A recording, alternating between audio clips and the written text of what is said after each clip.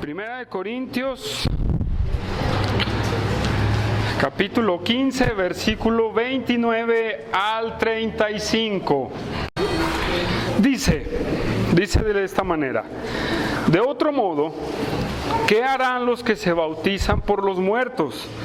Si en ninguna manera los muertos resucitan, ¿por qué pues se bautizan por los muertos?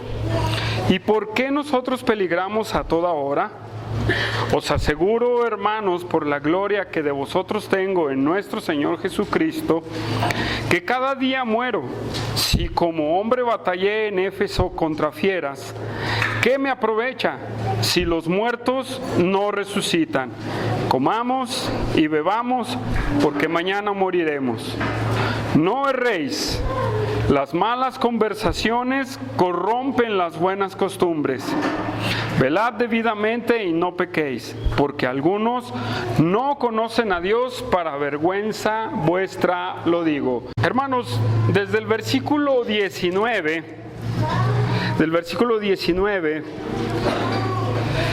o más bien desde el versículo 20 hasta el versículo 28, el apóstol Pablo hace una ilustración grandísima de los beneficios que hay de la resurrección de nuestro Señor Jesucristo, hablando de ese reino milenial y de ese reinar con Cristo.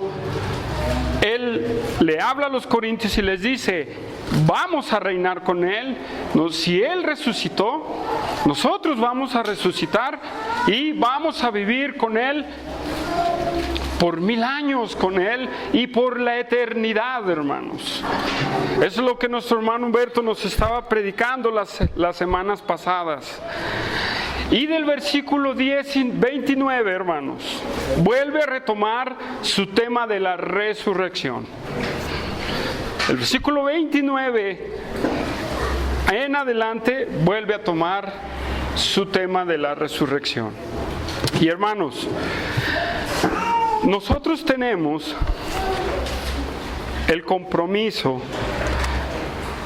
de defender esta doctrina, ¿sí? ¿Cuántos de aquí son muy celosos por la doctrina? Levante la mano, no, a ver, ¿cuántos de aquí son celosos por la doctrina? ¿Cuántos son celosos por la práctica de la doctrina?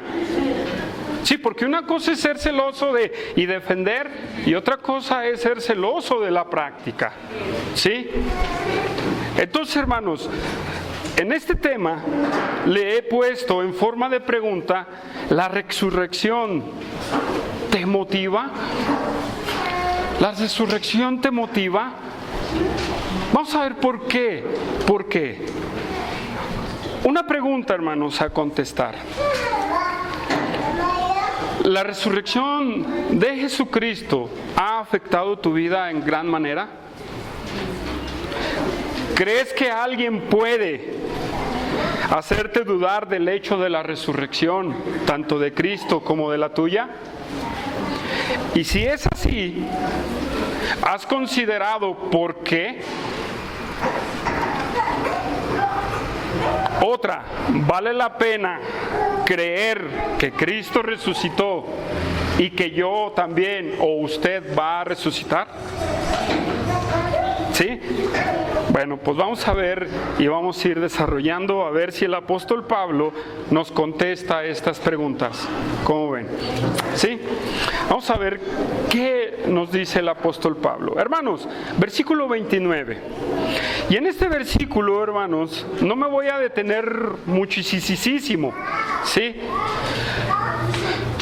El versículo 29 dice: de otro modo, ¿qué harán los que se bautizan por los muertos? Si en ninguna manera los muertos resucitan, ¿por qué pues se bautizan por los muertos? Hermanos, este versículo es el más difícil del Nuevo Testamento, hermanos. ¿Y sabe por qué?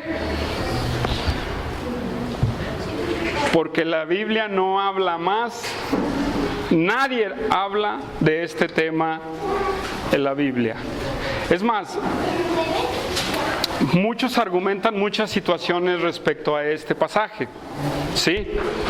Hermanos, el querer decir qué significa cuando hay más de 20 interpretaciones para este pasaje.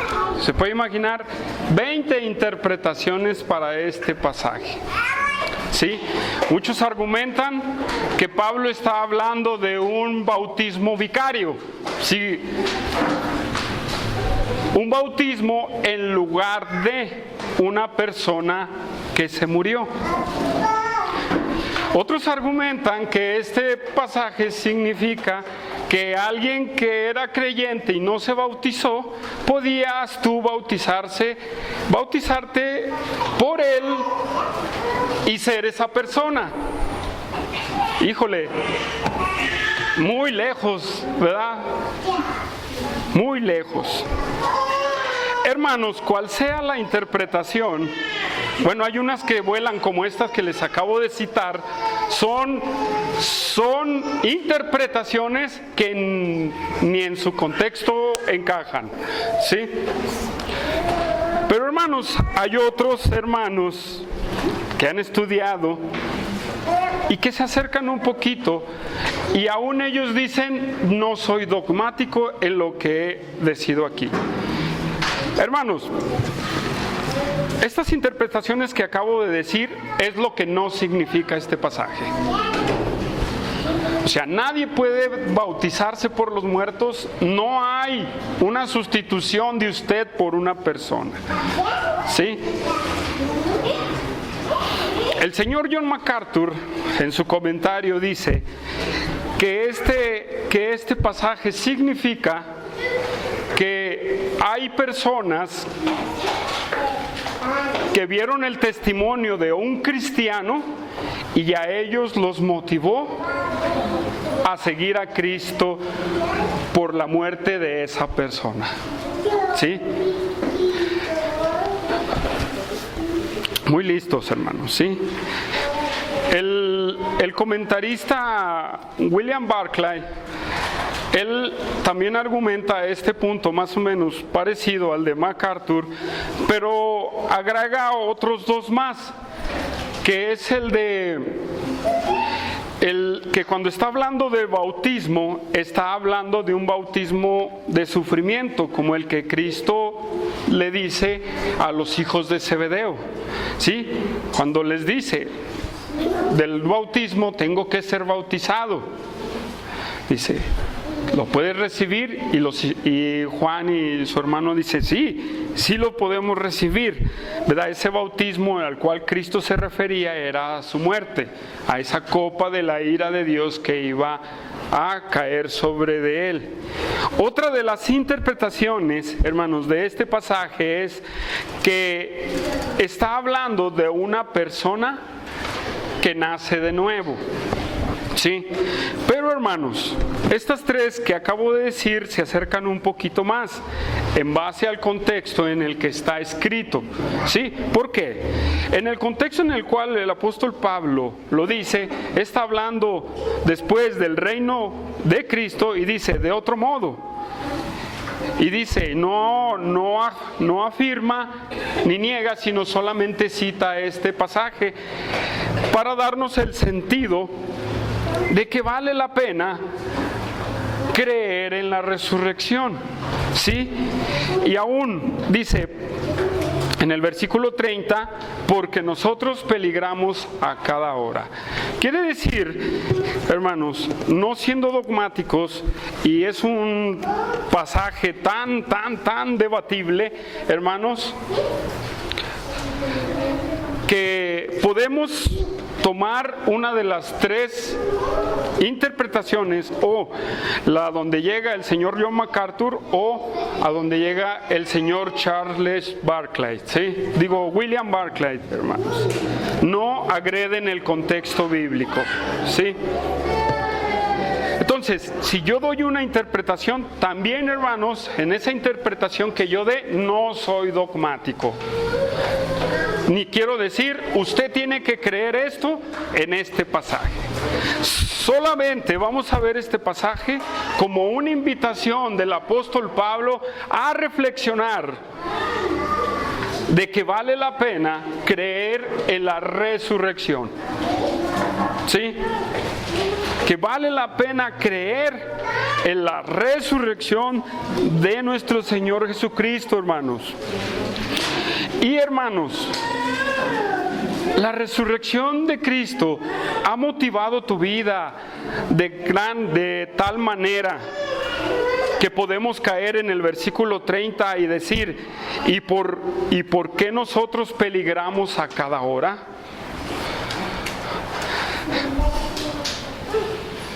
¿Te motiva la resurrección, creer en Cristo y poder decir, mi vida peligra a cada hora por Cristo?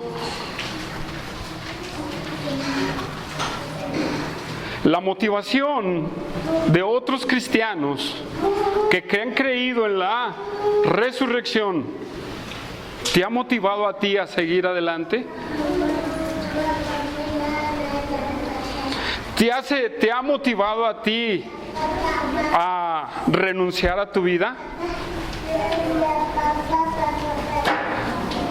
¿Te ha motivado a decirte, me niego yo a mi vida porque tengo una esperanza? Y hermanos, voy a decir algo, y si usted me quiere apedrear, apedríeme. Tal vez filosóficamente usted dice que sí. Tal vez usted me puede decir, sí, amén, hermano. Pero es una realidad de verdad. Es una realidad que usted diga, mi vida peligra a cada momento. No dan las 7 de la noche y dice, yo ya no quiero salir. Oigan, vamos a evangelizar a las 8 de la noche. No, es muy peligroso, hermano, no. Los tiempos no están muy fáciles. Entonces, ¿tu vida sí peligra por causa de Cristo? A ver, piénsalo, hermano. ¿De verdadmente has renunciado a ti de una manera que estás dando todo por Cristo? ¿De verdadmente has entendido que esa resurrección que Cristo manifestó en su tiempo va a actuar en ti? ¿Y qué dices? Y puedes llegar al punto del apóstol Pablo que dice, si vivo o muero, para el Señor vivo. Dicen Romanos, si vivimos, para el Señor vivimos. Y si morimos, para el Señor morimos. Pero ¿saben qué? Muchos, la segunda parte no es una realidad. Para muchos de nosotros no es una realidad la segunda parte de ese versículo. Hermanos, ¿cuáles son las motivaciones que te hacen o nos hacen no ser una realidad la segunda parte de ese pasaje? ¿Por qué no estás dando todo por Cristo? ¿Por qué no das tu vida por Cristo? Claro, los misioneros allá en Medio Oriente, en Angola, en donde sea, ellos están dando su vida por Cristo y su vida peligra a cada momento. La pregunta es, ¿la tuya la estás estimando igual que esos misioneros que están allá? Miren, nosotros no vivimos lo mismo que los misioneros viven allá. Nosotros vivimos en la gloria y no tenemos una tal persecución de esa manera. Y aún no tenemos una persecución de esa manera en estos tiempos. Pero ¿qué creen? Ni uno está dispuesto a dar su vida por Cristo.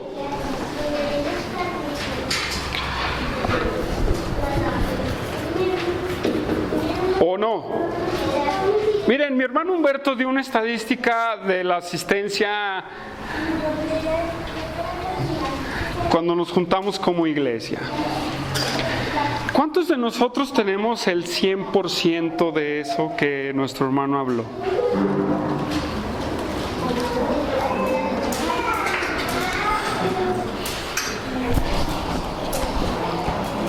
¿Cuántos tenemos el 90%?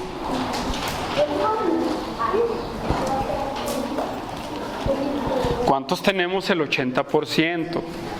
Y vámonos en porcentajes hasta el 50%.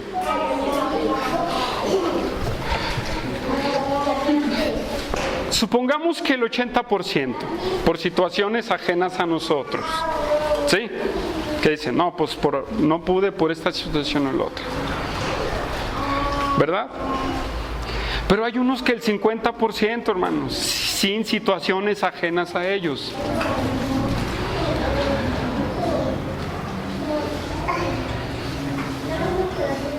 ¿Sí o no?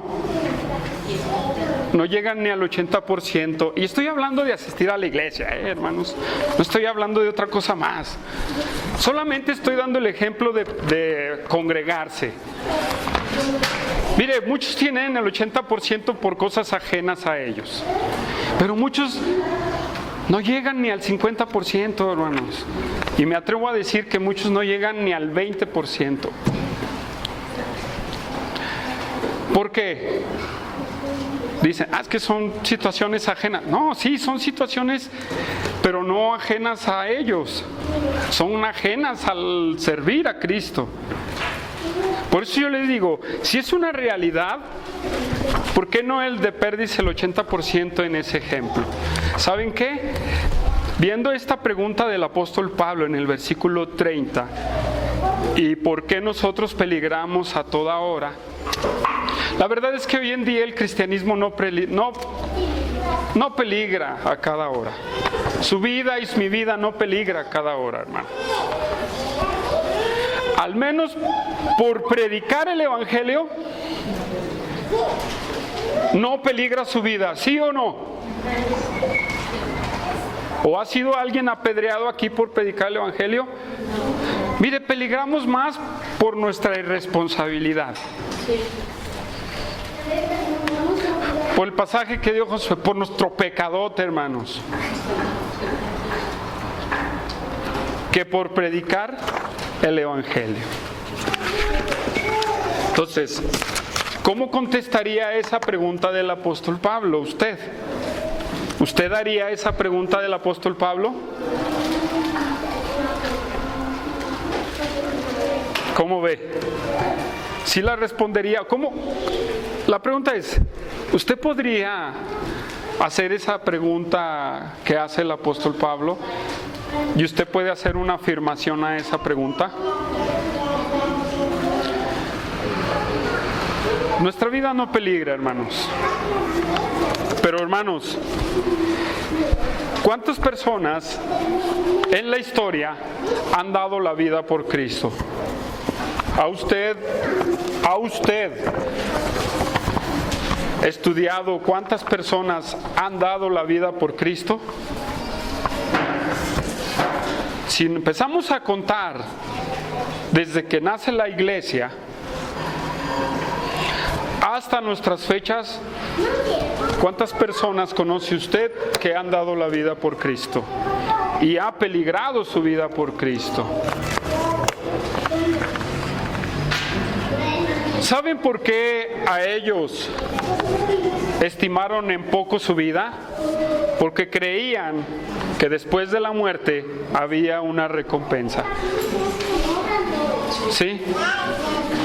Nuestro hermano Humberto habló de esa recompensa tan grande, ese reino con Cristo. Y si usted no cree que eso es una realidad, diga lo mismo. O si usted cree más bien que es una realidad, lo invito a que diga, nuestra vida peligra a cada momento. Ahora, en el contexto del apóstol Pablo, hermanos, él fue una persona que enfrentó muchas situaciones adversas por la predicación del evangelio, hermanos. Él enfrentó esas situaciones grandísimas por el evangelio, hermanos.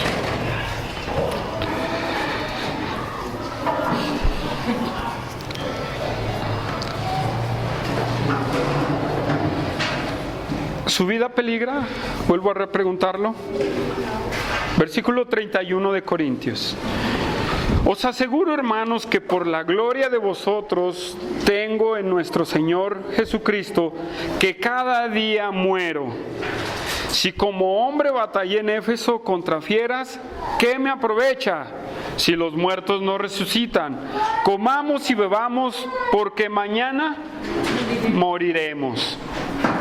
Sigue el apóstol Pablo diciendo, cada día muero. Cada día me estoy desgastando por el Evangelio. Cada día me estoy dando mi vida. Cada día, cada minuto, hermanos, los estoy dando por Cristo. Si tenemos una persona escrita que ha dado su vida y sufrió, fue el apóstol Pablo, hermanos. ¿Sí o no? Segunda de Corintios, hermanos, 11:23. 11:23.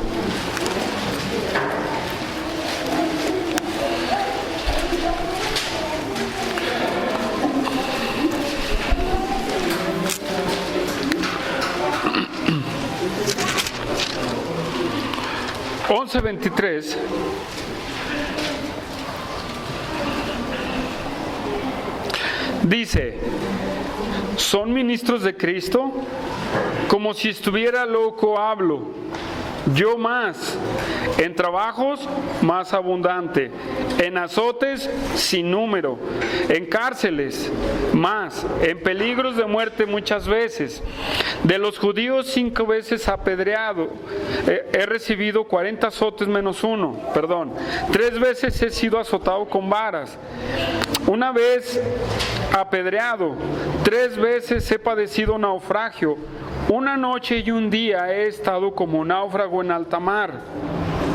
En caminos muchas veces, en peligro de ríos, peligro de ladrones, peligros de los de mi nación, peligros de los gentiles, peligros de la ciudad, peligros en el desierto, peligros en el mar, peligros entre los falsos hermanos, en trabajo y fatiga y en muchos desvelos, en hambre y sed, en muchos ayunos, en frío y en desnudez. Además de otras cosas, lo que sobre mí se agolpa cada día, la preocupación por todas las iglesias. ¿Quién enferma y yo no enfermo? ¿A quién se le hace tropezar y yo no me indigno? Hermanos, el apóstol Pablo a los corintios les habla con mucha autoridad, hermanos, como ejemplo. De decir, cada día muero. Ustedes son mi gloria, dice el versículo, y cada día muero. Y peligra mi vida. Y luego dice en el versículo 32, si como hombre batallé en Éfeso contra fieras. Y en este pasaje no significa animales, hermanos, como iba caminando y le salió un león. No, se refiere a fieras, a los de Éfeso. ¿Alguien recuerda qué le pasó a Pablo en Éfeso?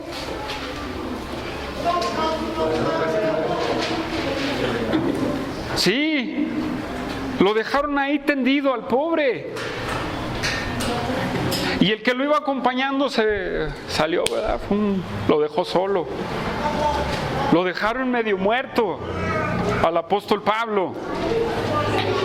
Entonces él dice, entrando en el tema de la resurrección, dice, yo estoy dispuesto y vale la pena lo que yo estoy pasando, y vale la pena que yo muera por Cristo, y vale la pena que yo dé mi vida porque tengo esa esperanza de la resurrección. Yo tengo esa esperanza de la resurrección. ¿Por qué me atrevo a decir que habla en la resurrección? Por el versículo 32, hermanos. Hermanos, ¿hasta qué grado estás dispuesto a dar tu vida? No estoy hablando solamente de congregarte. El congregarnos es una parte de la vida cristiana. La vida cristiana es un todo, hermanos. La vida cristiana es un todo. No nada más puedes enfocarte en congregarte. ¿Sí? No nada más puedes enfocarte, yo ya llegué el domingo, llegué el miércoles y ya me voy. No, hermanos. No es nada más eso. Aún aquí donde no tenemos persecución, ¿cuántas veces tienes tu devocional diario, hermano?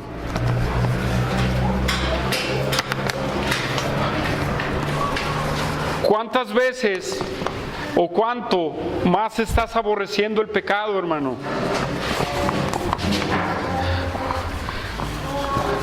¿A cuántas personas les compartimos el evangelio diario?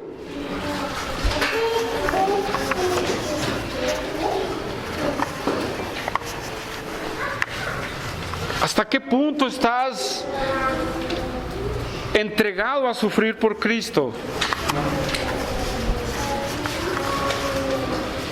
¿No es un sufrimiento levantarse temprano para orar y leer? Sí, estamos muy a gusto, ¿no? Acostaditos y... ¡ay! ¿No es para algunos un sufrimiento? Miren, estoy hablando en esos términos porque aquí no tenemos persecución, hermanos. Todavía si nos fuéramos a Medio Oriente, a los cristianos de Medio Oriente sí les diríamos, ¿cuánto estás dispuesto a dar por Cristo? Su propia vida lo dice, hermanos. Su propia vida lo dice allá, escondiéndose, pasando Biblias escondidas, poniéndose otro nombre. Los misioneros que van para otra parte ni siquiera dicen a dónde van porque es muerte rápidamente. Ellos encajan más en este pasaje, pero nosotros...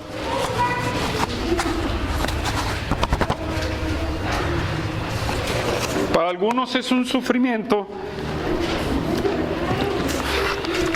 Es un sufrimiento, hermanos, venir a la iglesia. No digo que tiene que ser un sufrimiento, hermanos, pero ¿cuánto estás dispuesto a dar por Cristo? ¿Cuánto? Yo estoy hablando de dinero, hermanos, estoy hablando de vida personal. Hermanos, ¿cuánto estás dispuesto a dar por Cristo? ¿Cuánto? ¿Hasta dónde? ¿Es el 100, el 80, el 90? ¿Cuánto? Respóndetelo tú. Hoy en día el cristianismo vive en una nube, hermanos. Vive en un letargo ahí de limonada, refresco y... ¡ay, sí, pastor, venga y predíqueme esto y lo otro! De una grande comodidad. ¿Sí o no, hermanos?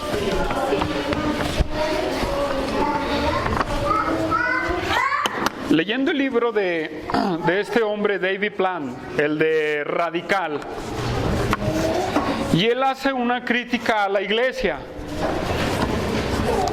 Sí, y no a la iglesia de México, a su país. Y dice que la iglesia, en vez de estar preocupada por la predicación, por el dar su vida por Cristo, ¿saben qué está preocupada la iglesia del día de hoy? ¿Sí sabe qué está preocupada?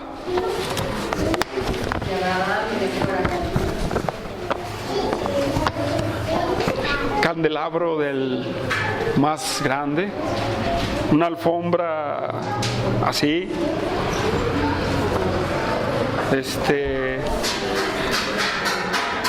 y luego, por ejemplo, Josué sabe de este asunto porque es americano, David Platt, y ellos dicen, muchas personas llegan a iglesias y ¿hay cancha de básquet? No, no hay. Ah, vámonos aquí. No, vámonos. O en otras, ¿hay café? ¿Y donas? No, tampoco. No, aquí no. A esos... Y el mexicano va para allá. Bueno, ya está, hermanos, el mexicano. Bueno, estoy hablando así de América para México, ¿verdad? Porque pues si me voy de Europa a Estados Unidos, a México o Centroamérica, ¿sí? Hoy los cristianos quieren todo. Es más, todos buscan que les estén tocando la espalda así, sí, hermano, échate tu limonada, hermano, no te preocupes. No, hermanos, esa no es la vida cristiana. Yo no digo que no puedas disfrutar tu vida, hermano, eso no estoy diciendo. Lo que estoy dando a entender es cuánto estás dando por Cristo. La iglesia, ¿qué está haciendo por Cristo, hermanos? No están haciendo nada. Hoy muchos grupos están hablando de prosperidad y de babosadas de esas, hermanos. No. ¿Cuánto estás dispuesto a dejar el pecado?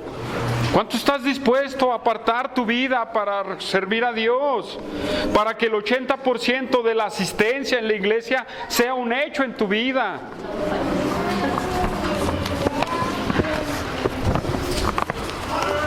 ¿Me van entendiendo, hermanos? Sé que no vamos a llegar a los pies, a la estatura del apóstol Pablo, hermanos. Miren, en ese punto, sí, no me vayan a malentender, en ese punto del sufrir por Cristo. ¿En qué estás más interesado, hermano? ¿En qué estás más interesado? ¿En el bienestar? ¿En el lujo? No digo que eso es malo, no vayan a apedrear aquí. Pero ¿en qué está primero? Por ejemplo, yo leía un pasaje de Ageo la semana pasada.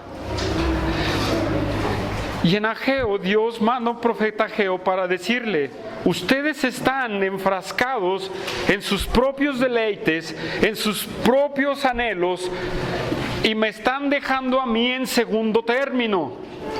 Hermanos, ese es el problema, que en todo estamos dejando en segundo término a Dios y no estamos poniendo a Dios por encima de lo que nosotros somos, queremos y anhelamos. ¿Sí? El apóstol Pablo decidió renunciar a todo eso. En Filipenses se lo dice: todo lo que para mí era ganancia, ahora es basura. Qué bueno que llegáramos hacia el punto del apóstol Pablo.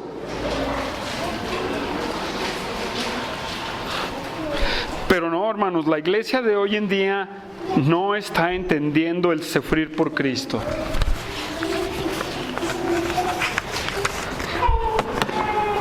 ¿Qué va a pasar si llega una persecución a México, hermanos? ¿Usted podría dar el ejemplo como el apóstol Pablo? ¿Usted diría: yo muero y entrego mi vida?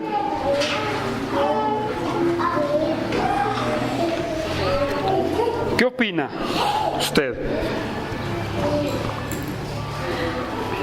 Hermanos, vamos a Romanos 8:36.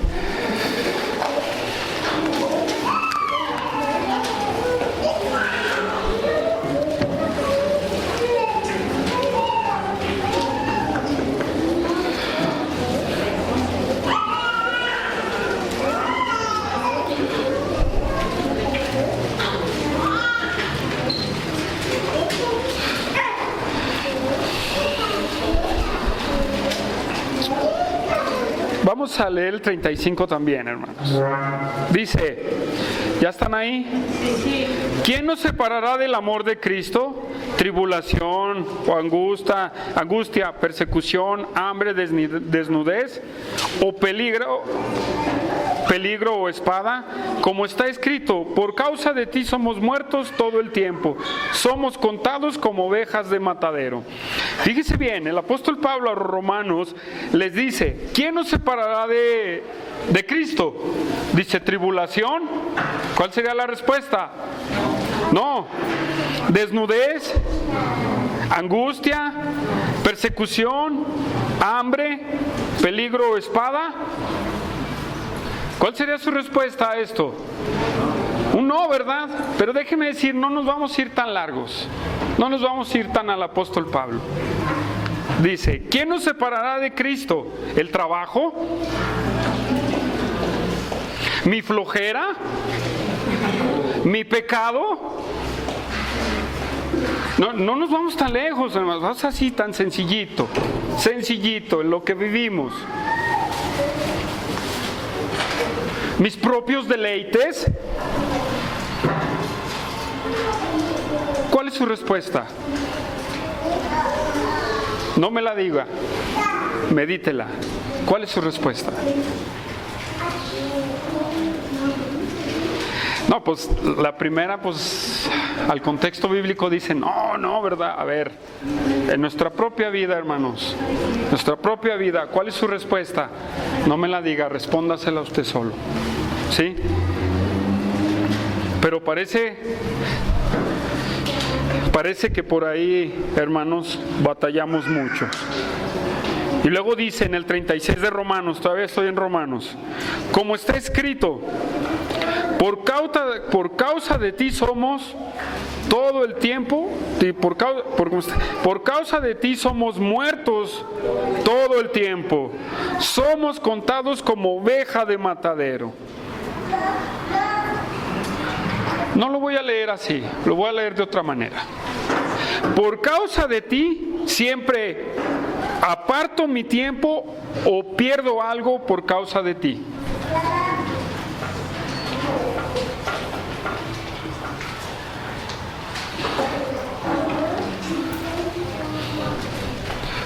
Somos contados como ovejas de matadero.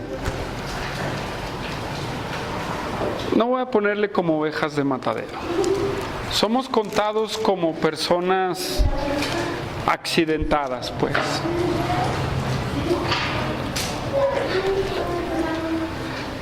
Hay hermanos que se tropiezan por servir a Dios, hermanos. Estoy hablando sarcásticamente. Nos tropezamos, hermanos. Nos tropezamos de salir de nuestra casa por servir a Dios. Hasta nos caemos de los escalones para servir a Dios. Estoy siendo sarcástico, hermanos. ¿Saben por qué?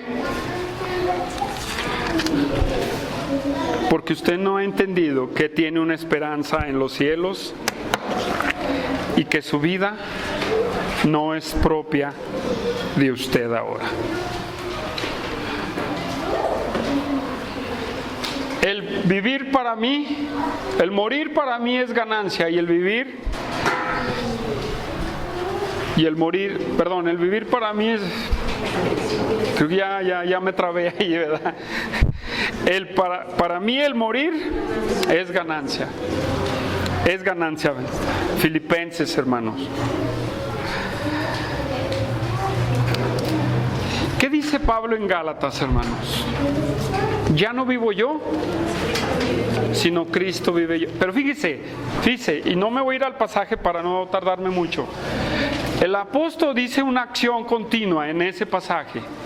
Y él dice, ya no vivo yo, sino Cristo en mí. Óigalo bien, ya no vivo yo, sino Cristo en mí. Y hoy en día es así, ya no vivo Cristo en mí, sino vivo yo. Esa es la iglesia de hoy, hermanos. Esa es la iglesia de hoy. ¿Y sabe qué pasa? Todo lo que hacemos por Cristo es un religiosismo barato, hermanos.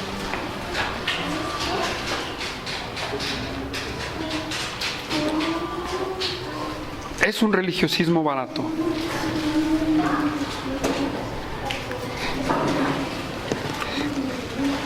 Y la verdad es que meditando en estos pasajes, hermanos, Dios confronta nuestros corazones.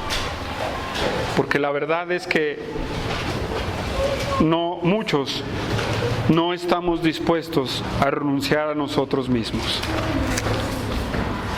No estamos dispuestos a renunciar a nosotros mismos. Pero soy cristiano, y soy bautista, y soy de sana doctrina, y no sé qué. ¿Y de qué te sirve? Soy de iglesia bíblica, sácate que sí. ¿Eso qué? No, Josué, ¿eso qué? ¿Eso qué? Si es un religiosismo barato tu vida, pues no sirve de nada. Y hermanos, el no renunciar a nosotros se refleja desde en la casa hasta llegar aquí a la iglesia, hermanos. Desde en la casa hasta llegar a la iglesia.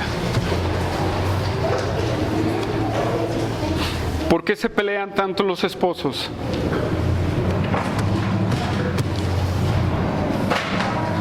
Porque los hijos son rebeldes hacia los padres y los padres esperan a sus hijos.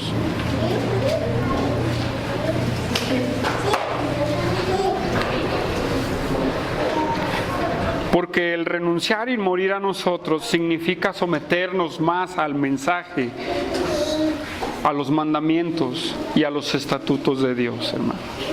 Y muchos no lo estamos haciendo, hermanos. No me voy a ir hasta el extremo del apóstol Pablo, porque el apóstol Pablo sí sufrió esa persecución. La iglesia de hoy no está pasando por eso, hermanos. Seguimos adelante, regresamos a Corintios, versículo 32. ¿Qué me aprovecha? Dice el apóstol Pablo. Si los muertos no resucitan, si no hay resurrección, si no hay esa resurrección, pues ¿de qué sirvió que muchos murieran? ¿Y de qué sirve que yo dé mi vida por Cristo, que yo renuncie a mí mismo, si no hay resurrección de muertos? Pues comamos y bebamos, hermanos. O como dice el mundo, aquí solo hay una vida y hay que vivirla al máximo. Sí, deleítate, gózate, haz todos los deseos de tu carne, de lo que tú sientes. En la época del apóstol Pablo, los corintios, el hedonismo, el placer a su máxima expresión. Hermanos, ¿qué está pasando hoy en día? Esas filosofías o ideologías nuevas, eso es lo que están promoviendo. Un hedonismo grandioso. Si tú lo sientes, si tú lo quieres, tú hazlo. Que tú te percibes como hombre, sé hombre y gózate y haz lo que tú quieras.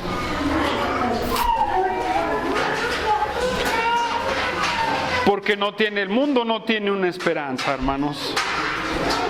¿O el mundo tiene una esperanza? ¿El mundo cree que hay una resurrección? Ellos no. Pero usted y yo sí tenemos esa esperanza de la resurrección de muertos. Y el apóstol Pablo grita estas palabras y dice, y si no hay, pues comamos y bebamos. ¿Qué perdemos?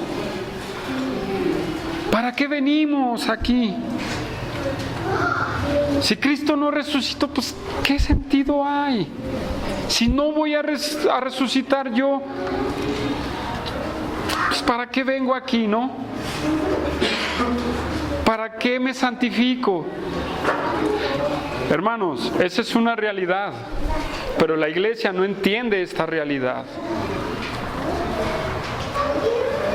Si entendiéramos esta realidad, hermanos, porque muchos sí es una afirmación para ellos el comamos y bebamos, deleitémonos, gocémonos, démosle todo a nuestra carne, todo todos mis deseos egoístas, los cumplo. No, hermanos.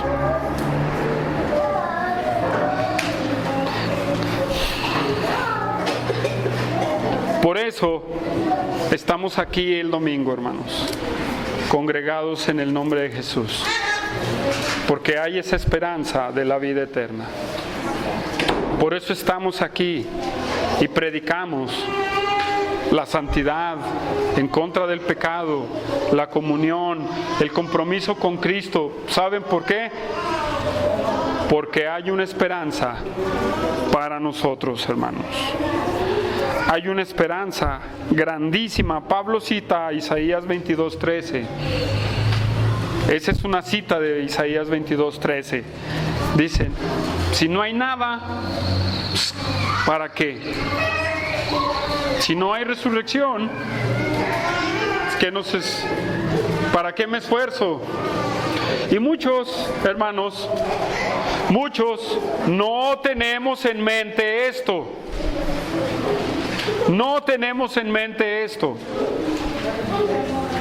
Por eso nuestras vidas no cambian, por eso no crecemos espiritualmente, por eso no nos esforzamos más por Cristo, por eso no damos nuestra vida por Cristo, porque no entendemos, hermanos.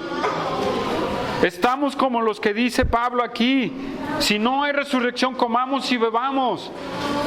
Y es al revés, hermanos. Sí hay resurrección de muertos y vale la pena entregar todo por Cristo.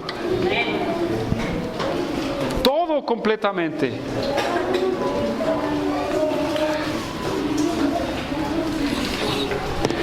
¿Están de acuerdo conmigo, hermanos? Hermanos, regresamos a Corintios. Versículo 33. Y Pablo le dice a los corintios: no erréis.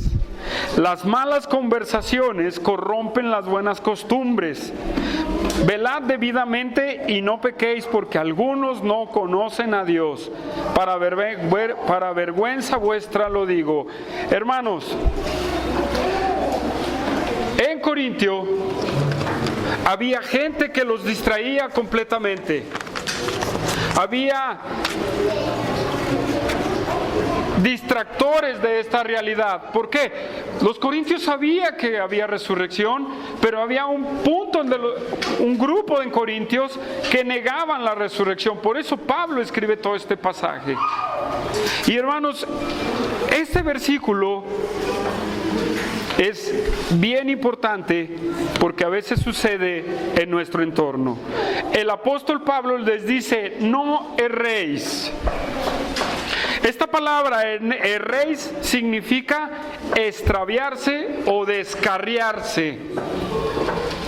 El apóstol Pablo les advierte y nos advierte a nosotros: no se descarríen,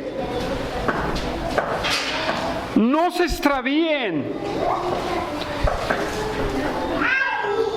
Y la palabra malas significa malo en carácter o moralmente, tanto en palabra, pensamiento, sentimiento, actuación, hermanos. Eso significa esa palabra malas, que es algo malo moralmente. Y luego dice las malas conversaciones. Esta palabra conversaciones significa un grupo o compañías, hermano. Conversaciones significa compañías. Sí. Y costumbres significan hábitos morales en este pasaje. En otras palabras, el apóstol Pablo les está diciendo: no se dejen extraviar por personas que tienen un carácter malo moralmente.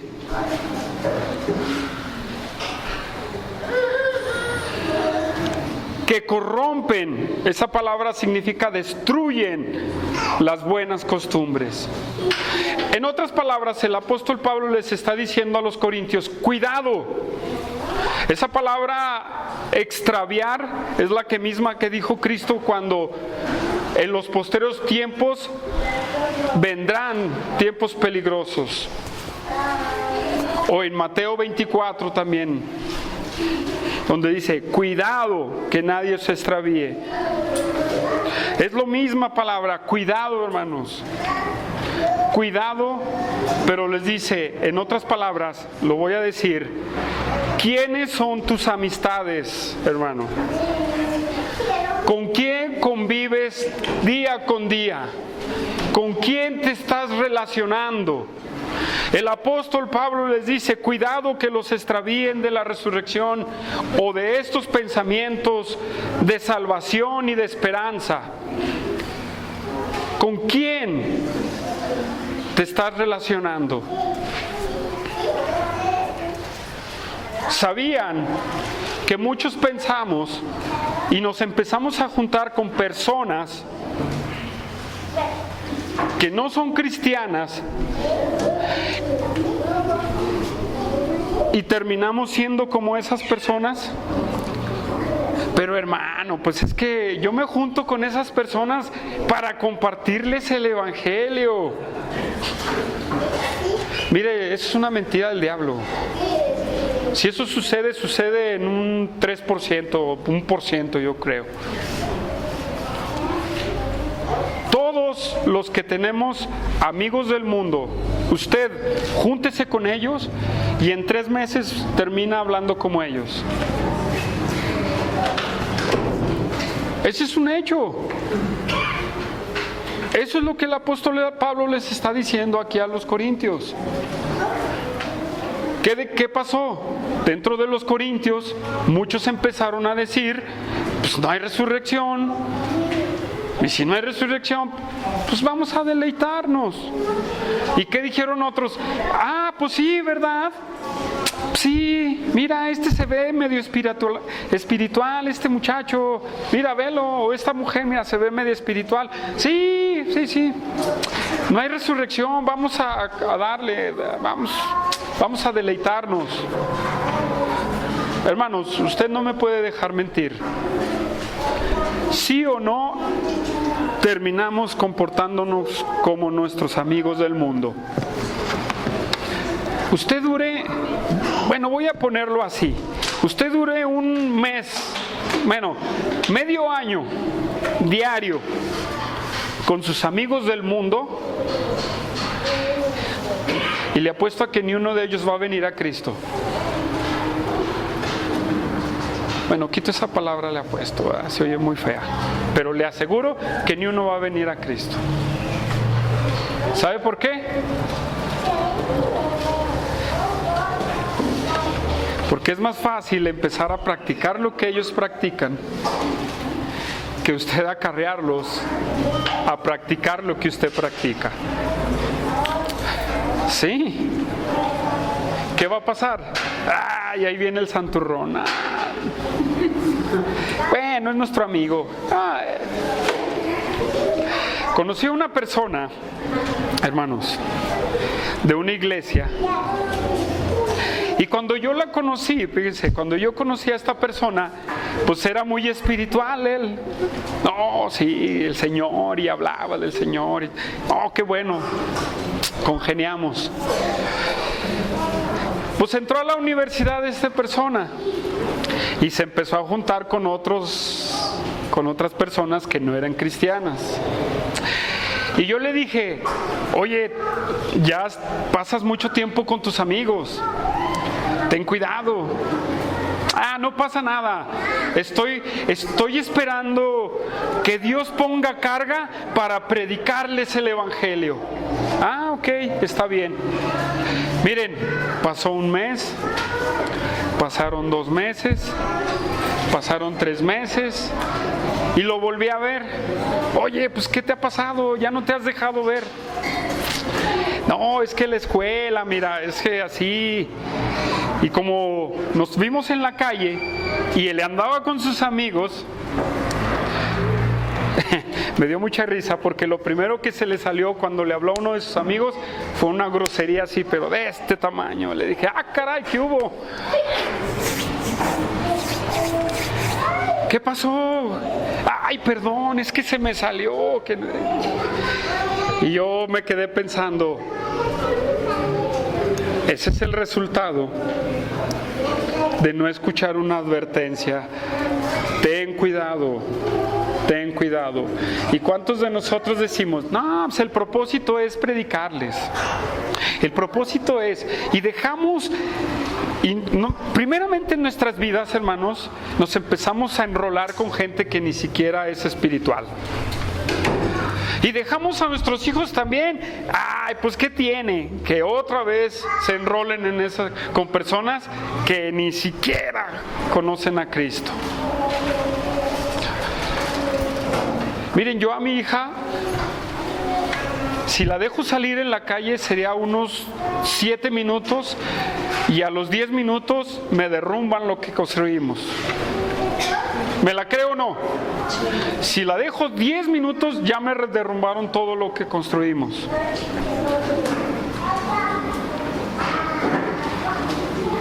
Porque es más influencia la del mundo, hermanos, que usted sea influencia a esas personas. Y le dije yo a mi esposa, opté por decirle, no, ni 7 minutos, no necesita. ¿Por qué necesita salir con personas que no la van a edificar, que no le van a enseñar nada? Nosotros somos el ejemplo.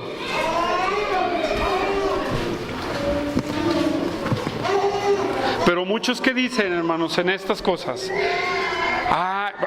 bueno, ahí les va otro comentario de otra persona. Dice, no, pues qué injustos. ¿Cómo se van a casar mis hijos? ¿Cómo se van a casar? Y el hermano pastor que estaba en el estudio decía, no, hermano, no podemos pensar así. Tenemos que pensar como la Biblia. Pero ¿y luego cómo le van a hacer? Y muchos, en nuestra mente está tan tapada espiritualmente, hermanos, que siempre hay pretextos para lo permisivo, hermanos. Para permitir que nuestros hijos, nosotros mismos, nos enrolemos con personas del mundo, hermanos. ¿Qué dice este pasaje? 2 de Corintios 6, 14. 2 de Corintios 6, 14.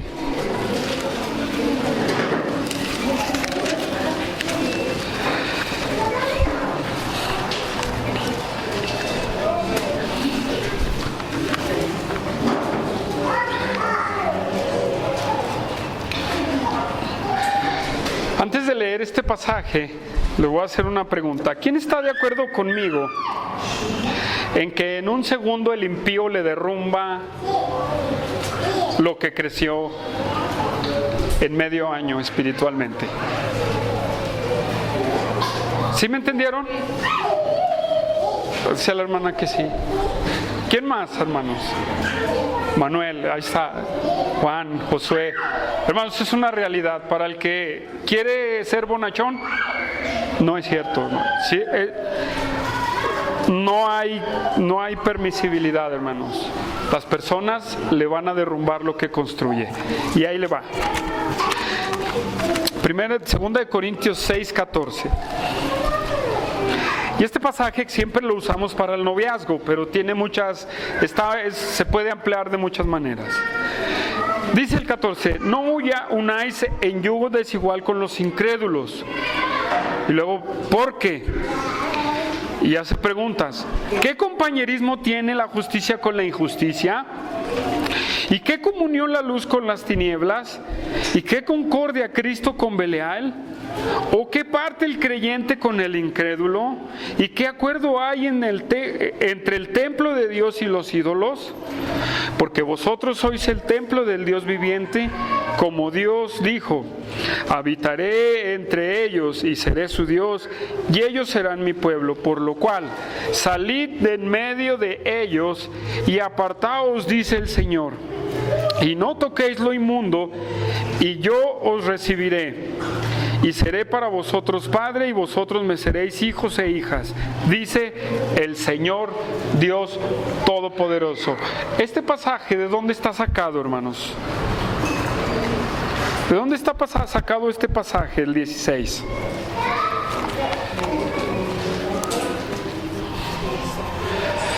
Ese pasaje, hermanos, es un principio que desde que el pueblo de Israel es Israel, Dios se los advirtió.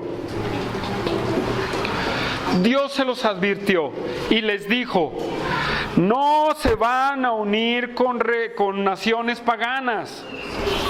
No van a hacer lazos con naciones paganas. Si usted lee todo el Antiguo Testamento, la tragedia de Israel, ¿sabe por qué fue? Toda la tragedia del pueblo de Israel hasta Malaquías, ¿sabe de qué fue? Pues que dijeron: ay, pobrecitos, ¿verdad? Pues necesitamos reunirnos con otros. Es eso, hermanos, eso hizo que el pueblo de Israel, Dios enviara su juicio, que Dios enviara su juicio a su pueblo, porque empezaron a hacer alianzas con las naciones a un lado que eran idólatras, que eran fornicarios, que eran de todo menos espirituales, hermanos. Y Israel empezó a hacer alianzas, como recuerdo el pasaje de Números, en donde tienen que matar a los sacerdotes para que Dios aplaque la ira, porque el pueblo empezó a fornicar con una nación extranjera. Y todos los pueblos de Israel vieron esa ¿cómo le puedo decir? Esa ligereza en el de, pues mire, pues vamos a traerlos a Jehová. Era un propósito, hermanos, que Israel fuera luz por medio de su ejemplo a las naciones, no juntándose con ellos. ¿Sí? No juntándose con ellos, sino ellos mismos en su vida diaria, en su vida, ahí en su territorio, ellos tenían que ser un ejemplo. No juntándose con ellos. Cuando se juntaron con ellos, vino toda la desgracia de Israel, porque fíjese bien en los jueces, y dice: y el rey fulano anduvo en los caminos de Dios, pero no quitó los lugares altos. ¿Saben qué eran los lugares altos? Eran lugares de adoración a dioses. Y otro, sí anduvo en el camino de Dios, pero no quitó el culto a Baal. Y así, hermanos, ¿de dónde lo aprendieron? De las demás naciones. Hermanos, es un principio que corre por toda la Biblia. Es un principio que corre por toda la Biblia, en que si tú dices de una manera muy bonachona, decir: es que le voy a compartir el Evangelio y por eso los voy a hacer mis mejores amigos, vas a perder completamente. Vas a perder completamente. Proverbios 13:20, hermanos.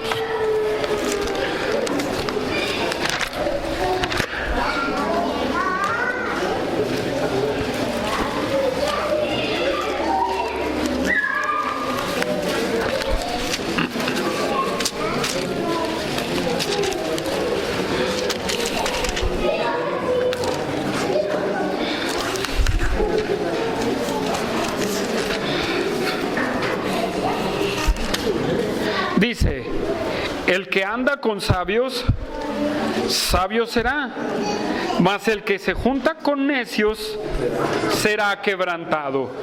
Esto es una grande realidad. Regresamos a Corintios, hermanos, y lo vuelvo a decir, en 1 Corintios 5:6, el apóstol Pablo habló la misma situación. ¿Sí? 1 Corintios 5:6.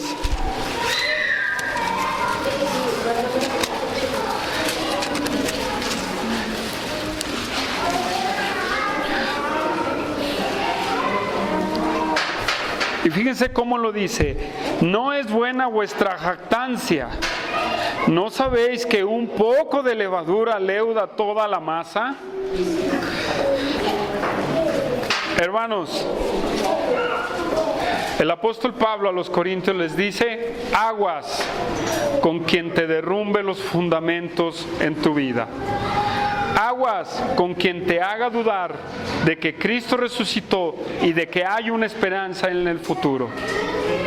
Hoy en día para los jóvenes es algo fuerte, porque luchan entre estas dos cosas, entre si hay resurrección o lo que dicen las nuevas filosofías, o dicen el Big Bang o la selección natural o cosas de estas. Hermanos, por eso tenemos que tener mucho cuidado con nosotros mismos, a quién tenemos alrededor, pero también tenemos que tener mucho cuidado con nuestros hijos, quién tienen alrededor y si van a destruir los fundamentos de Dios.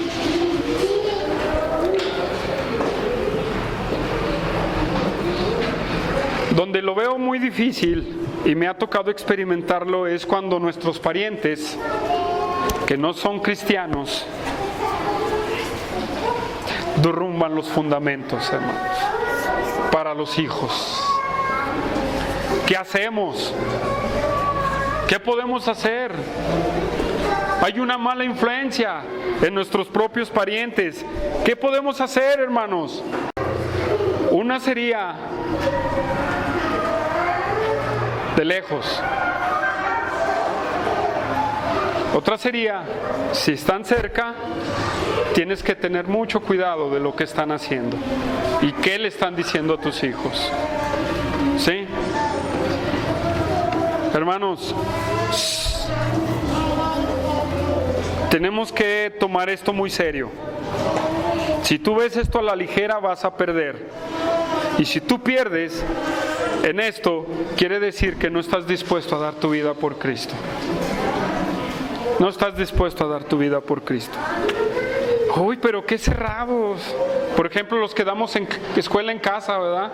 No critico la escuela pública, pero muchos sí nos critican a nosotros, los de escuela en casa. Uy, los quieres meter en una burbuja. Uy, no, hermano, no es eso. No es eso. Queremos enseñarle los fundamentos bíblicos, hermanos. Sí, porque ese es lo que queremos hacer, instruirles en el Señor, hermanos.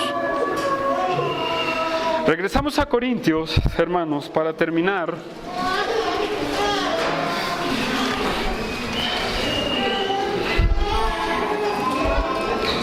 Para terminar de una manera tan rápida, después del apóstol Pablo decir aguas con tus amistades, con lo que hablas, con lo que dices, quise extenderme un poquito más en este pasaje porque se aplica mucho más, pero hasta ahí lo voy a dejar, hermanos.